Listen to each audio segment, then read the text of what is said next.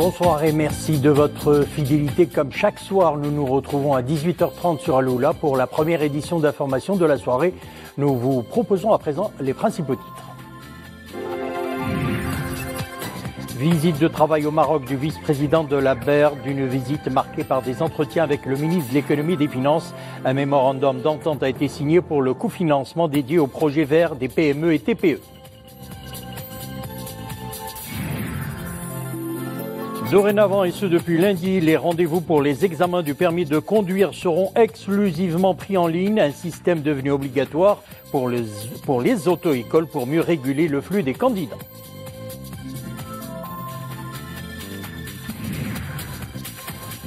Bitcoin ou monnaie électronique utilisée dans plusieurs pays, ce système de paiement est interdit au Maroc, une infraction à la réglementation d'échange selon Banque Almref. Et de Troyes, le chef du gouvernement Saad Din Al-Othmani a présidé une troisième réunion relative aux centres régionaux d'investissement. L'occasion de poursuivre la réflexion sur l'élaboration d'une conception novatrice des missions futures des CRI, compte tenu du rôle capital de ces derniers dans le soutien et la promotion des petites et moyennes entreprises au niveau régional et dans l'accompagnement des investisseurs. Objectif, donner un nouvel élan à ces centres régionaux d'investissement afin qu'ils puissent répondre aux exigences de la régionalisation élargie. Le vice-premier ministre et ministre belge des Affaires étrangères est au Maroc. Didier Reynders a eu des entretiens aujourd'hui avec le chef du gouvernement, Saad Din Al-Othmani. Les entretiens ont porté sur le renforcement des relations économiques entre les deux pays, mais également il a été question de la coopération entre le Maroc et la Belgique dans le domaine sécuritaire. Le vice-premier ministre et ministre belge des Affaires étrangères a salué les efforts du Maroc pour son rôle dans le développement du continent africain. On l'écoute, il est au micro de Nadia Mouden. Nous avons abordé tout d'abord les relations effectivement entre la Belgique, le Royaume de Belgique et le Royaume du Maroc qui vont être très intensives cette année puisque nous irons jusqu'à une mission économique avec la princesse Astrid au mois de novembre. Il y a déjà plus de 400 responsables d'entreprises, d'universités, de centres de recherche qui ont choisi de participer à la démarche. Donc c'est la démonstration de liens très forts sur le plan économique, mais aussi culturel, scientifique et de développement entre nos deux pays. Bien entendu, à l'occasion de cette visite, j'aurai aussi des rencontres sur le domaine sécuritaire, puisque nous avons des préoccupations communes en matière de lutte contre le terrorisme, en matière de participation à un certain nombre de démarches en commun dans des coalitions, mais aussi dans la gestion des combattants étrangers qui sont de retour dans nos pays, parfois de zones de conflit. Nous continuerons à travailler sur les déplacements de population, que ce soit la migration, bien entendu, entre les pays du nord de l'Afrique et l'Europe, mais aussi à l'intérieur de l'Afrique. Nous parlions des évolutions qu'on constate avec des déplacements de population importants en Afrique. Et j'espère aussi dans les prochains jours pouvoir tirer profit de nos contacts en ce qui concerne le phénomène de déradicalisation, parce que nous avons, je crois, des leçons parfois à prendre sur la manière de gérer une relation avec des jeunes qui peuvent se radicaliser, et notamment, j'évoquais auprès du Premier ministre, la formation des imams, qui est un des thèmes que nous voulons aborder, et peut-être collaborer sur ces sujets. Mais au-delà de cela, bien entendu, on partage une volonté de travailler sur la scène internationale. Et je suis très heureux de voir le rôle et l'implication du Maroc dans l'Union africaine aujourd'hui, avec une politique africaine importante. Comme annoncé en titre, le vice-président de la Banque européenne pour la reconstruction et le développement est au Maroc. Pierre Elbron a eu des entretiens ce mercredi à Rabat avec le ministre de l'économie et des finances, Mohamed Boussaïd. Et en marge de cette rencontre, un mémorandum d'entente portant sur la préparation d'un produit de cofinancement dédié au projet vert des PME TPE a été signé. Ahmed Alaoui, Mohamed Aïtlishkar. Un mémorandum pour le soutien de la mobilisation de nouvelles ressources privées au profit des projets d'économie verte, des PME et des TPE. Nous sommes très heureux justement de pouvoir signer ce MOU avec le ministère des Finances marocain et la Caisse centrale de garantie, qui va permettre à la fois de développer de manière importante nos actions en matière de développement de l'économie verte et notamment dans les PME marocaines. Ça correspond à la fois à une priorité stratégique du gouvernement marocain, mais également une priorité stratégique de la BERD. Le cofinancement porte sur un projet pour lequel le ministère des Finances s'était déjà engagé en faveur du climat lors de la COP22 au titre de la feuille de route pour l'alignement du secteur financier marocain sur le développement durable. Tous les investissements ayant un impact positif sur l'environnement bénéficieront de ce financement qui est un cofinancement BIRD, ministère de l'économie et des finances, à travers la Caisse centrale de garantie. Un nouveau financement pour intégrer les PME et les TPE dans l'économie verte. Vous l'avez remarqué, le temps s'est encore rafraîchi aujourd'hui. Alors attention au froid, les températures vont d'ailleurs baisser ces prochaines 48 heures. Sur les reliefs, le thermomètre affichera les -4 degrés demain. Temps froid également sur les reliefs l'oriental et les hauts plateaux vendredi avec chute de neige sur les reliefs. De faibles pluies éparses sur le nord-ouest demain et vendredi. Des pluies d'ailleurs qui ont fait le bonheur des agriculteurs. Une bonne saison agricole se profile d'ailleurs. Les dernières précipitations représentent un bon indicateur d'une saison prometteuse. Les agriculteurs semblent rassurés. Ils sont mobilisés pour l'opération de fertilisation des terres agricoles, indispensable pour obtenir un bon rendement. C'est le cas dans la commune Eit Siben, dans la province d'Ormisset, connue pour son agriculture. Abdallah Lshgar et Zakaria Moukinbil. De vastes étendues cultivées de blé. Après les dernières précipitations, les agriculteurs s'activent à l'épandage du sel et des engrais sur les champs. La période est propice pour effectuer cette opération, destinée à fertiliser les cultures. Au niveau national, les céréales représentent 88% des terres emblavées, sur un total de 5 millions d'hectares de sol travaillés. Le sel est bénéfique aux terres agricoles. Si on ne met pas de sel, le blé va jaunir et sa croissance sera affectée. En cette période de grand froid, il est nécessaire d'effectuer cette opération. Quand il sera plus chaud, le blé poursuivra son évolution. J'espère qu'on va faire une bonne saison agricole. Il est nécessaire de mettre du sel et des engrais pour entretenir le blé. Après les dernières précipitations, tout se passe bien. Cette région est connue pour la culture du blé et de l'orge, car les champs sont arides. Les pluies profitent aussi à l'élevage. Le couvert végétal est en pleine croissance et affiche déjà un bon niveau. Dans la province, les éleveurs semblent satisfaits de l'abondance des pâturages, ce qui impacte le prix des fourrages.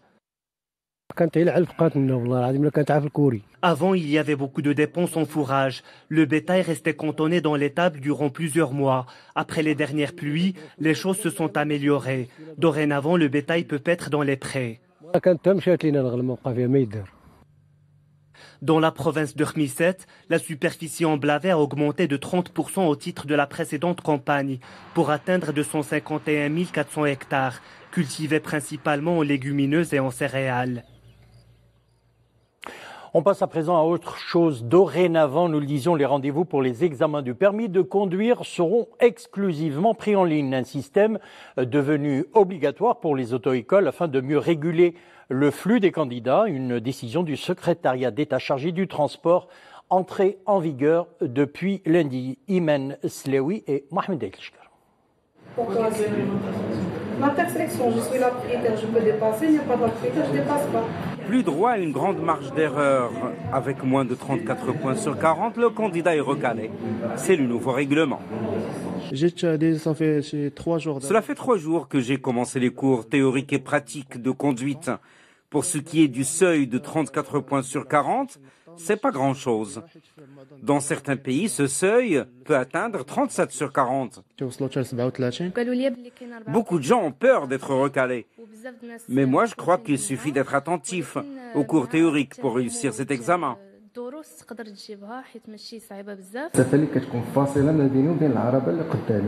Autre nouveauté, la prise de rendez-vous pour les examens de permis de conduire se fait désormais en ligne. Un quota du nombre de candidats par mois a été fixé aux auto-écoles. Le quota est de 10 candidats par voiture ou par moniteur. Pour les auto-écoles ne disposant que d'une seule voiture, 10 candidats par mois, c'est insuffisant. Pour celles qui ont 3 ou 4 voitures, je crois que ça ira. Plusieurs autres mesures sont entrées en vigueur, dont certaines visent la protection des droits des moniteurs et des candidats à l'obtention du permis de conduire. Il y a des mesures qui concernent le contrat de travail des moniteurs pour qu'ils bénéficient de la sécurité sociale et de la couverture médicale, et des mesures qui portent sur le contrat du candidat au permis de conduire, qui doit bénéficier de 20 heures de cours théoriques et de 20 heures de pratique. Les auto-écoles sont invitées à déposer les dossiers de leurs moniteurs accrédités et de leurs véhicules auprès des services de transport routier avant le 20 février prochain, afin de mettre à jour les données relatives à ces établissements et obtenir ainsi leur nom d'utilisateur relatif à la plateforme de prise de rendez-vous en ligne.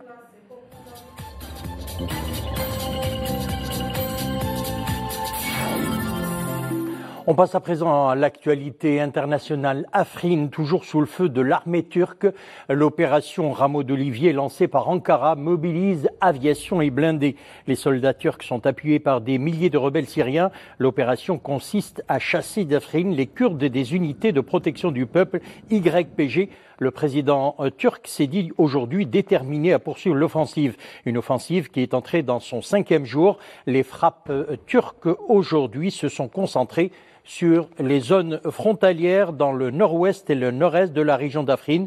Depuis samedi, quelques 60 combattants YPG ont été tués ainsi que 26 civils. Double attentat à la voiture piégée à Benghazi en Libye. Le bilan s'élève à 34 personnes tuées et des dizaines d'autres blessés. Un véhicule piégé a explosé au moment où les fidèles sortaient d'une mosquée dans le quartier d'El Sleimani hier soir. Une deuxième voiture a explosé 30 minutes plus tard dans le même périmètre, faisant également plusieurs victimes parmi les services de sécurité et les civils. Les attentats se sont produits dans cette deuxième ville du pays minée par l'insécurité et les rivalités politiques depuis la chute de Kadhafi en 2011. La ville de Benghazi était devenue le fief de groupes terroristes avant que les forces pro-Haftar ne la reprennent. Et puis en France, et là nous parlons d'inondations sous la menace des crues. 23 départements connaissent d'importantes inondations, principalement dans le nord et l'est du pays. Le niveau de la Seine pourrait atteindre d'ailleurs 6,20 mètres samedi. Le Louvre a été fermé au public. Déjà demain, selon le préfet de police de Paris, le niveau pourrait atteindre 5,60 mètres. Le Premier ministre français a déclenché le plan crue de Seine, mais les niveaux des grands fleuves continuent de monter. De nouvelles précipitations sont attendues encore ce soir et demain sur une grande partie du pays.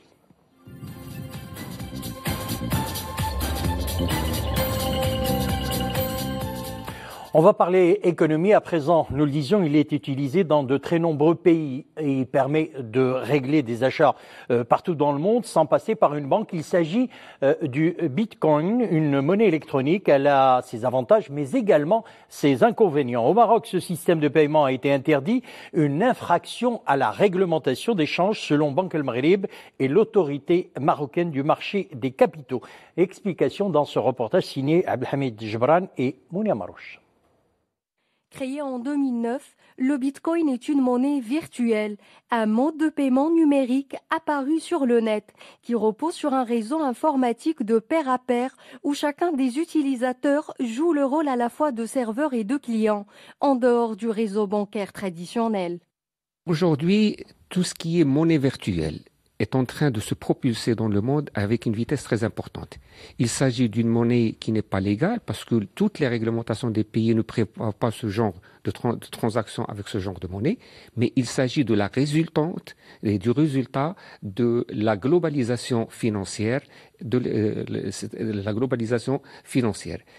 Les transactions en monnaie virtuelle n'obéissent à aucun cadre juridique et n'offrent nulle garantie aux utilisateurs du Bitcoin. Cette activité non régulée comporte des risques d'ordre sécuritaire et ce menaçant les réserves monétaires de l'État. Et les principaux risques qui ont été mis en exergue par les autorités, à savoir Banque Maghreb, le ministère des Finances et l'autorité marocaine de marché de capitaux, portent sur le fait qu'il y a une volatilité énorme en matière d'utilisation de cette monnaie. Par exemple, sur le mois dernier, cette monnaie elle a baissé de presque 45%, de 20 000 $ à 11 000 $. Qualifiées d'occultes par l'Office national des changes du Maroc, les crypto-monnaies sont officiellement interdites au Maroc, à l'instar d'autres pays, comme la Chine. Notre page culturelle à présent, implantée dans la région Nouvelle-Aquitaine en France. Elle produit depuis 20 ans des spectacles et des concerts lyriques. Il s'agit de la compagnie Figaro-ci, Figaro-là. Elle s'est produite à Rabat à la salle Bahnini à l'occasion du 55e anniversaire du traité de l'Élysée en partenariat avec l'Institut français du Maroc, un anniversaire qui célèbre l'amitié franco-allemande. L'Arbi Nehri, Zakaria Mouqinbillah.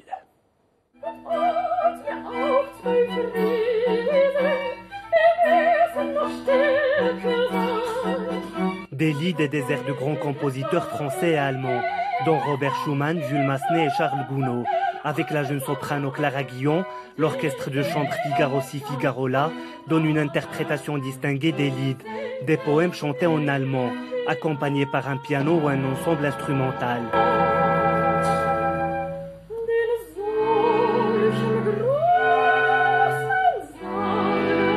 Ce soir, donc, je suis soprano dans les airs et les leaders et mélodies en première partie.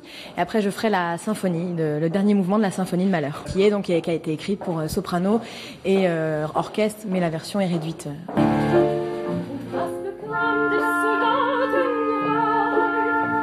Durant ce spectacle, l'orchestre interprète aussi la 4e symphonie de Gustave Mahler. Le public a pu apprécier la symbiose des musiciens et la parfaite prestation de la soprano Clara Guillon. Ce sont des œuvres vraiment majeures de l'histoire de la musique, en particulier la 4e symphonie de Mahler, mais dans une transcription extraordinaire pour un petit orchestre de chambre de 12 musiciens avec une soprano. Et c'est une très très belle œuvre et qui permet à des publics très très différents d'entrer dans un monde merveilleux qui est le monde de la musique.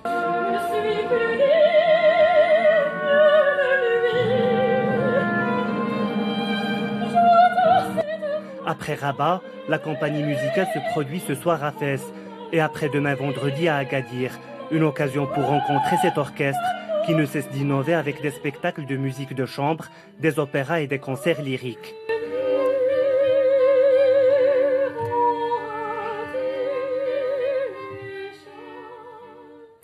Et bien voilà, c'est en musique que nous refermons l'édition. Merci de nous avoir suivis. Le retour de l'info se fera à 20h30. Le journal vous sera présenté ce soir par Mohamed Redel Abidi. Une excellente soirée, on se retrouve demain.